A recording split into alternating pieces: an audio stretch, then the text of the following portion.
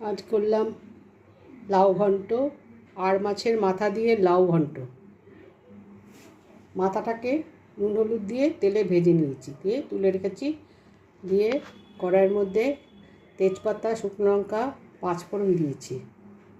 দিয়ে একটু যখন করেছে নিয়েছি, গোবিন্দভোগের চাল ভাজা হয়েছে, সুগন্ধ বেরিয়েছে পাঁচফোড়নের, তখন গোবিন্দভোগের চাল দিয়েছি।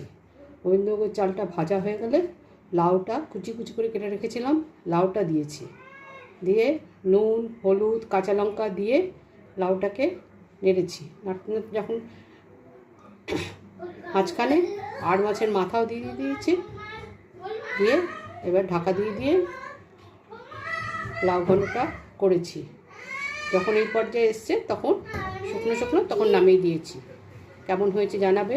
আমার চ্যানেলটাকে লাইক করবে, সাবস্ক্রাইব করবে। অতি অবশ্যই। রাখলাম।